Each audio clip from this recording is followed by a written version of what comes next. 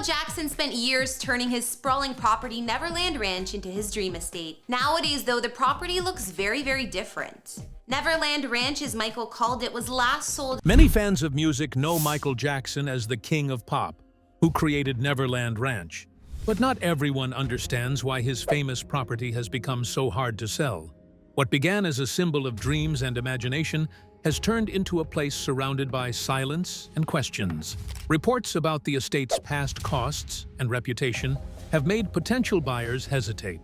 Curious details about ownership and upkeep continue to surface, surprising many observers. So, what is stopping people from buying Neverland Ranch? And why does it remain unsold today? The strange beauty of Neverland. When people think of Michael Jackson, they often imagine his songs, his famous moonwalk, and his global superstardom. But behind all the bright lights and huge crowds, there was another part of his life that still surprises many people today. Far away from concert stages and cameras, Michael created a private world just for himself. It was not just a house or a normal estate. It was something far bigger and far more unusual. He called it Neverland, and it was designed to feel like a dream brought to life.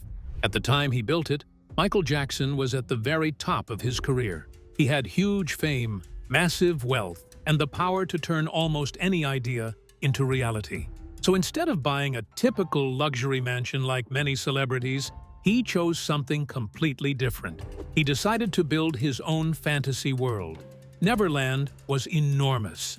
It covered about 2,700 acres of land, which is even larger than many small towns. Everywhere you looked, the property felt like it had been designed to surprise and amaze people. Michael filled Neverland with attractions that made it feel like a magical amusement park. There was a private zoo with animals like elephants, giraffes, llamas, and other exotic creatures. There was also a full amusement park with bumper cars, a Ferris wheel, a pirate ship ride, and spinning swings that could make visitors feel like they were at a fairground. But he did not stop there. He even added a working train and a small train station on the property. The train moved across the estate, passing through gardens, open fields, and wooded areas. Instead of simply walking from one place to another, Michael and his guests could ride through the land like they were inside a moving storybook. As Neverland grew, it became clear that this place was more than just a rich man's playground. It had a deep personal meaning for Michael Jackson. He built it as a way to escape the constant pressure that came with being one of the most famous people in the world. Michael never really had a normal childhood. From a very young age, he was performing on stage instead of spending his days like other children. Because of this, he often felt like he missed out on simple childhood experiences. Neverland became his way of trying to reclaim that lost time. He connected the idea of the estate to the story of Peter Pan, the boy who never grows up. Michael often spoke about this idea and the dream of holding on to childlike wonder and innocence. In his mind, Neverland was a place where he could feel that freedom again, even if only for a while. Over time, the ranch became more than just a home.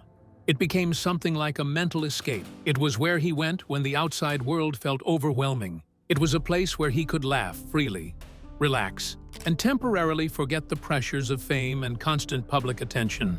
Guests who visited the estate often noticed something very specific right away. One symbol appeared again and again across the entire property. It was the "Boy on the Moon" logo. This image was placed everywhere.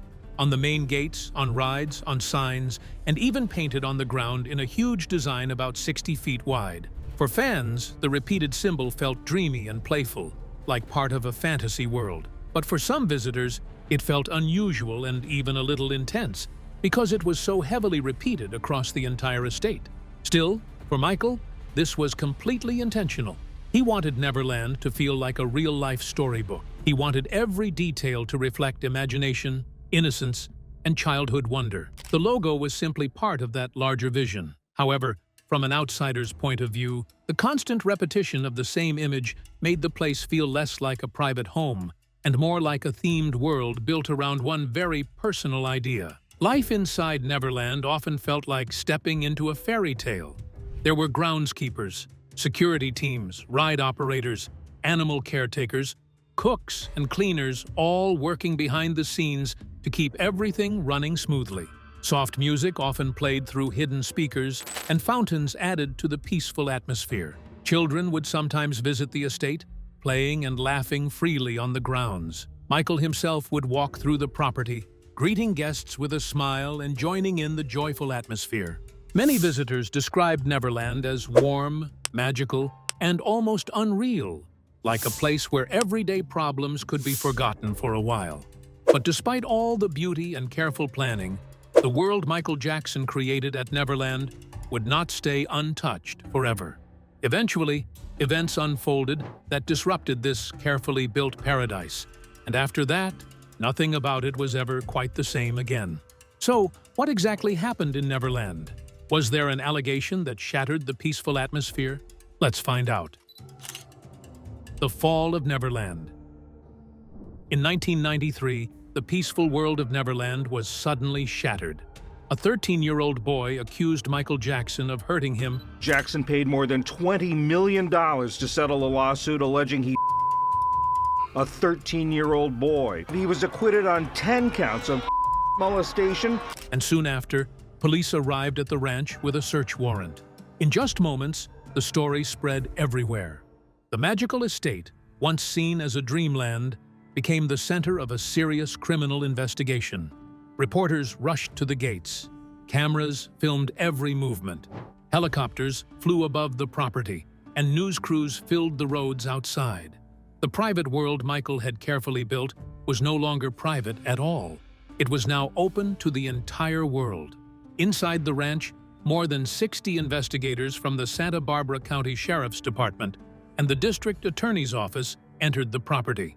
They searched bedrooms, offices, storage rooms, and every corner they could access. Nothing was left untouched. The scene was loud, tense, and overwhelming. Patrol cars lined the roads for miles. The gates that once felt like the entrance to a fantasy world now looked like the entrance to a crime scene. Staff members stood at a distance, watching nervously and unsure of what would happen next.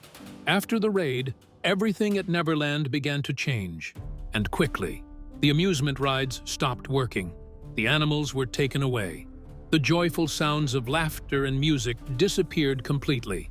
The ranch, which once felt alive every day, became quiet and still.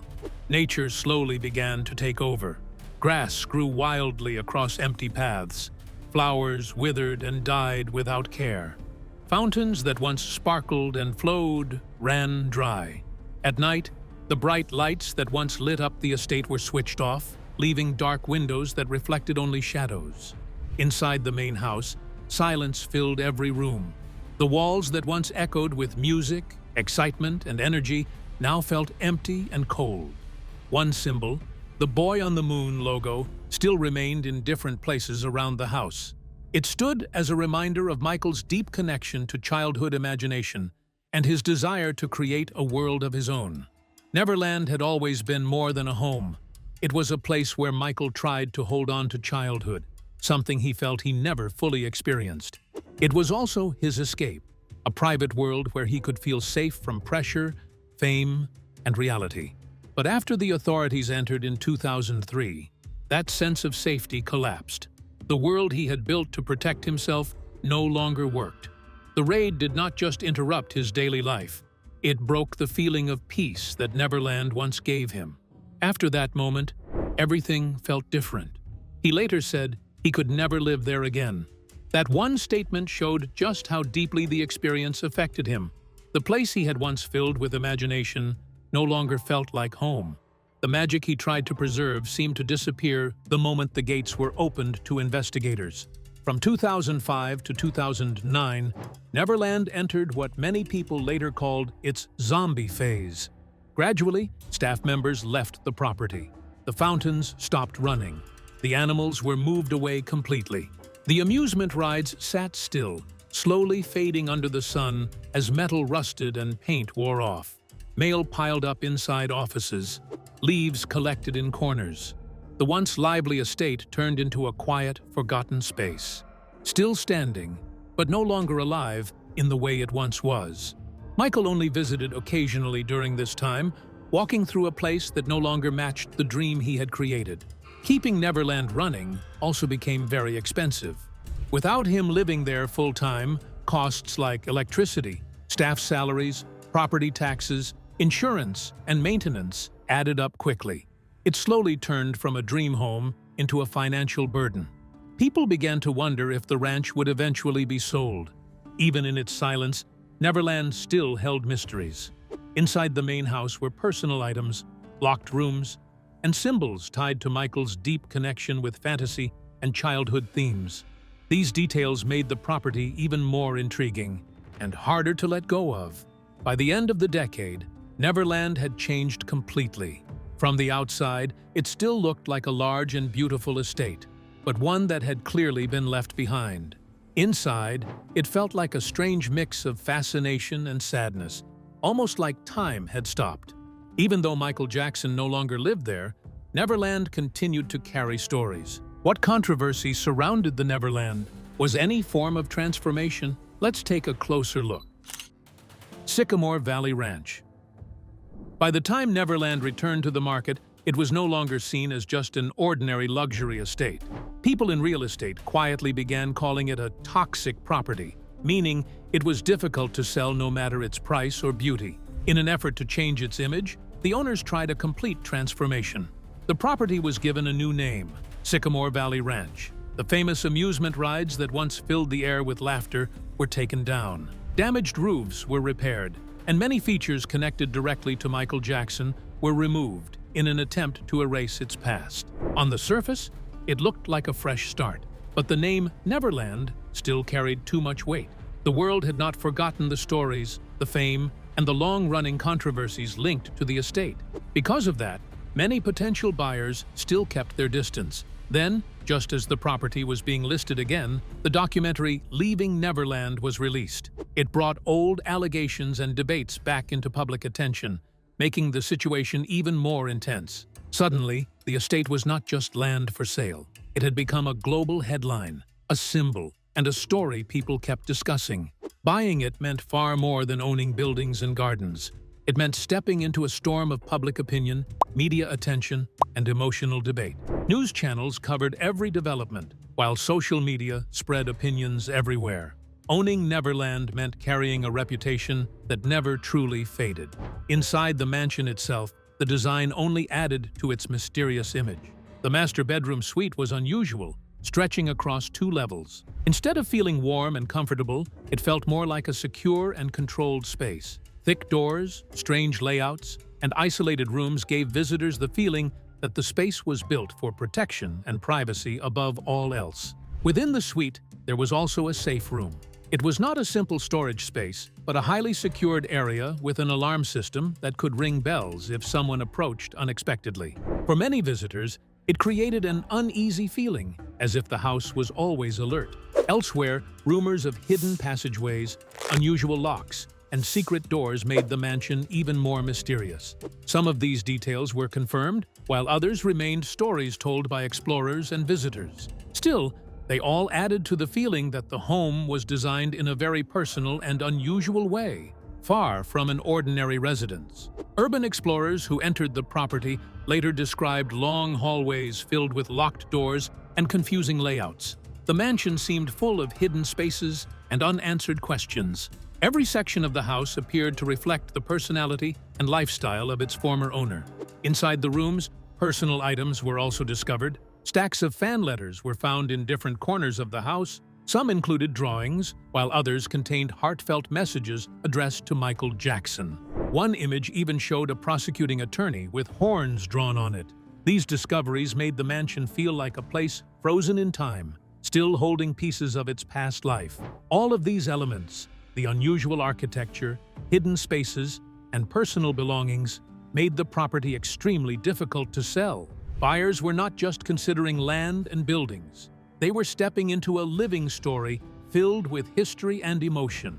Managing the estate itself was also a huge challenge. With about 2,700 acres of land, maintenance alone was overwhelming. Gardens, roads, buildings, and open spaces all required constant care. The cost of keeping everything running reached millions every year. When public attention and controversy were added on top, interest in the property dropped even further. Because of this, the estate became what many called a white elephant, something large, expensive, and very difficult to manage, no matter its uniqueness or value. Even after renovations, traces of Michael Jackson still remained everywhere.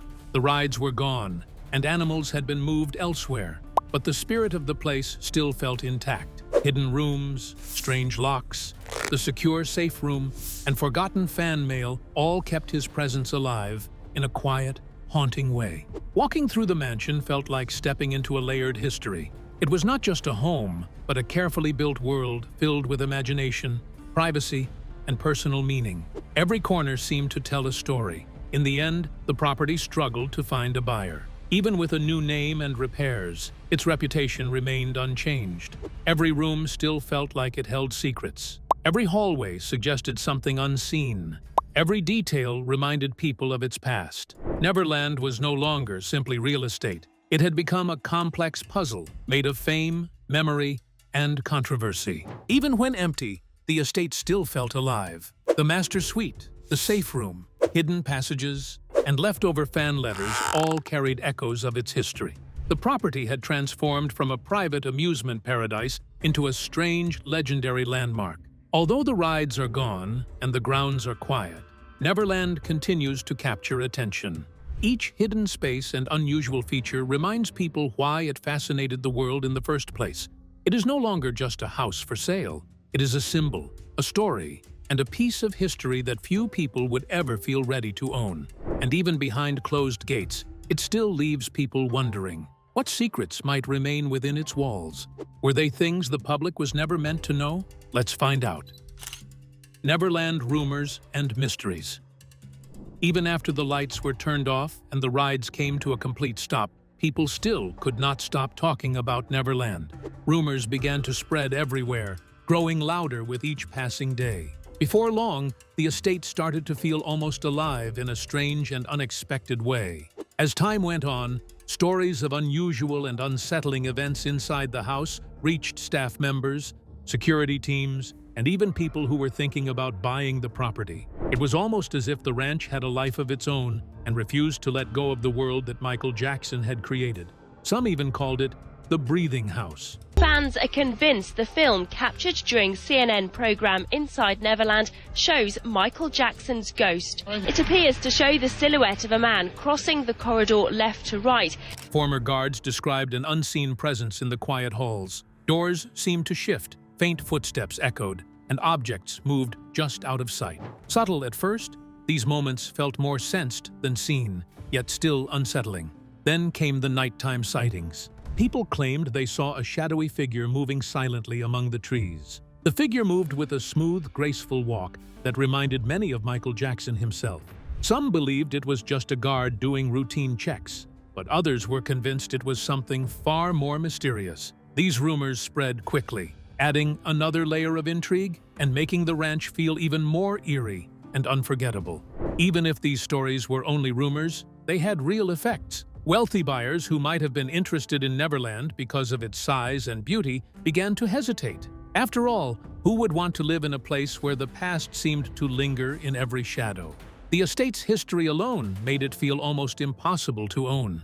For outsiders, the idea of walking through those halls felt intense and overwhelming. This was not just land or a mansion. It was a deeply personal space, filled with the life of someone famous, complicated, and surrounded by stories that refused to disappear. Real estate agents noticed something interesting. Even the most confident buyers sometimes stepped back after touring the property or hearing stories from former staff. Some even said the ranch seemed to react to the people who entered it. Rooms that were once filled with laughter and music now felt tense and silent. Every hallway seemed to hold its breath, as if waiting for something to happen. It was almost like the walls remembered the life that once filled them and demanded respect from anyone who walked inside.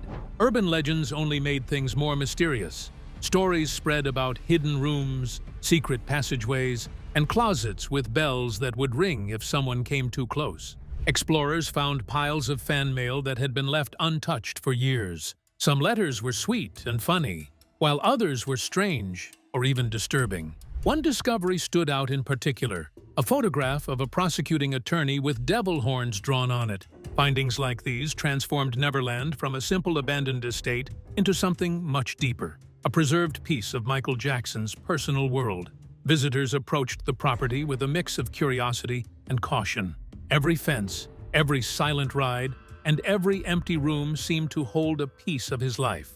The more people tried to ignore these details, the more they seemed to demand attention. To many, this was not just a property. It felt like a puzzle filled with history, fame, and mystery. Those who had worked at Neverland during Michael's lifetime said they noticed a clear change after he left. The halls felt wider, emptier. The atmosphere changed, lighter in some ways, but heavier in others. The energy that once filled the ranch was gone. Every creak of the floorboards and every shadow in the corners seemed to invite a new story. This added to both the fascination and the unease surrounding the property, making it feel like it existed outside of normal time. Money alone could not solve the problems tied to this place. Neverland carried a strange, unexplainable weight, one that made even the richest people pause and wonder if they could truly live there. No matter how much the estate was renovated or renamed, the stigma never went away. Stories of shadowy figures, strange sounds echoing through empty halls, and hidden rooms continued to fuel both curiosity and fear. The property began to feel like a character in its own story, as if it demanded that anyone who entered acknowledge its past. As the years passed and the estate remained empty, the fascination only grew stronger. The more people hesitated, the more others became curious. Every rumor added another layer to the legend. Every new story, whether true or imagined, kept the world watching. It became impossible to separate the estate from the life it once held. And because of this, Neverland remained in the spotlight, even without a single person living there. Every corner of the ranch seemed to whisper secrets. The gardens, the quiet amusement park, and the tall gates all held traces of a life far bigger than most people could imagine. Anyone who visited, or even just drove past, could feel it. The silent halls, empty paths, and still rides told the story of a man who built a magical world, lived inside it, and then left it behind in a way no one could ever forget. Then, just as the ghost stories continued to grow, a new and serious problem began to take over. What challenges were there in selling the asset? Was it about money? Let's find out. Struggles of Neverland Estate. The estate had turned into a financial trap, a property that could swallow millions of dollars without giving anything back. By 2015, the asking price was $100 million. For 2,700 acres of land in California, a huge mansion, and what was left of Michael Jackson's private amusement park, the place was still impressive. But its massive size, the high cost of maintaining it, and the heavy history attached to it made it very hard to sell. 2 years later, in 2017, the price dropped to $67 million. Even with the lower price, buyers were still unsure. Just keeping the property secure was a full-time job. The pools, fountains, and gardens needed constant care. Staff had to be paid. Every part of the estate needed attention, and the expenses kept growing. It was no longer just a home. It had become a huge and costly responsibility that scared away even the richest buyers. By 2019, the price dropped again, this time to $31 million. This was a huge drop, but it still didn't attract serious buyers. Real estate agents blamed the location, saying it was too far from Los Angeles. But many people knew the real reason. It was the stigma.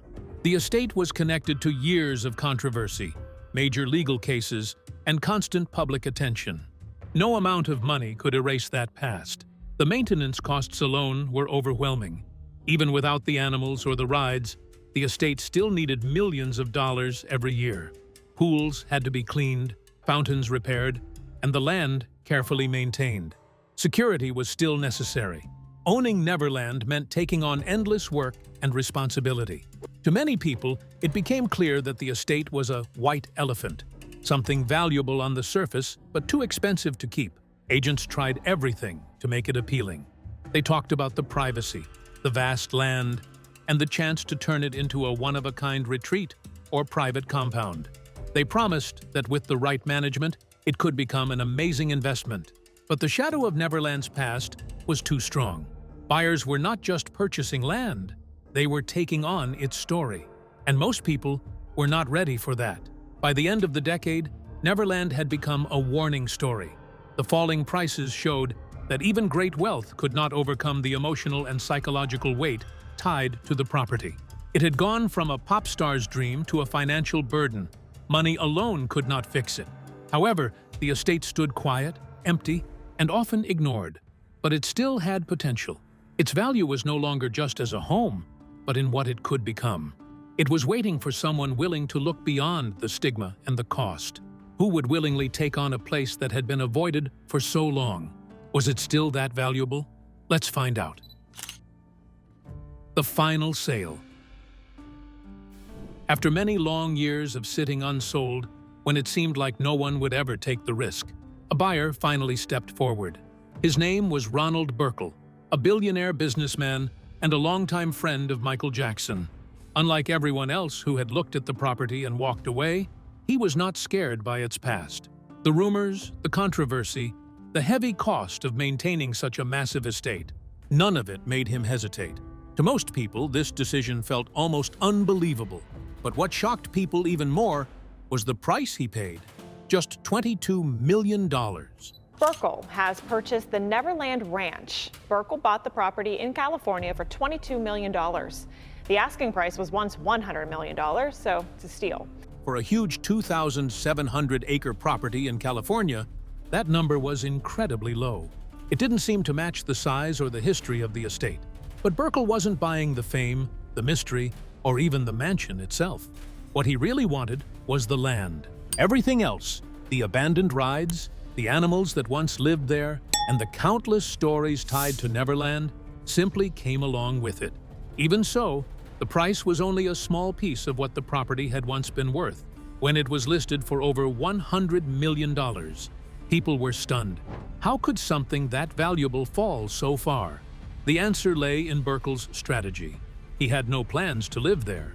He wasn't trying to rebuild the magical theme park or bring back its former glory. Instead, he was thinking like an investor. He was land banking, holding on to the land as a long-term investment while quietly owning a property that most people were too afraid to touch. In doing this, he transformed a troubled and controversial estate into a smart and calculated business move. Meanwhile, the place itself had changed completely. The magical world that Michael Jackson once created, a private kingdom filled with imagination, joy, and escape, had gone quiet. The laughter was gone. The rides no longer moved. The animals that once made the ranch feel alive had disappeared. What used to be a place constantly watched, talked about, and judged by the public had become silent and hidden.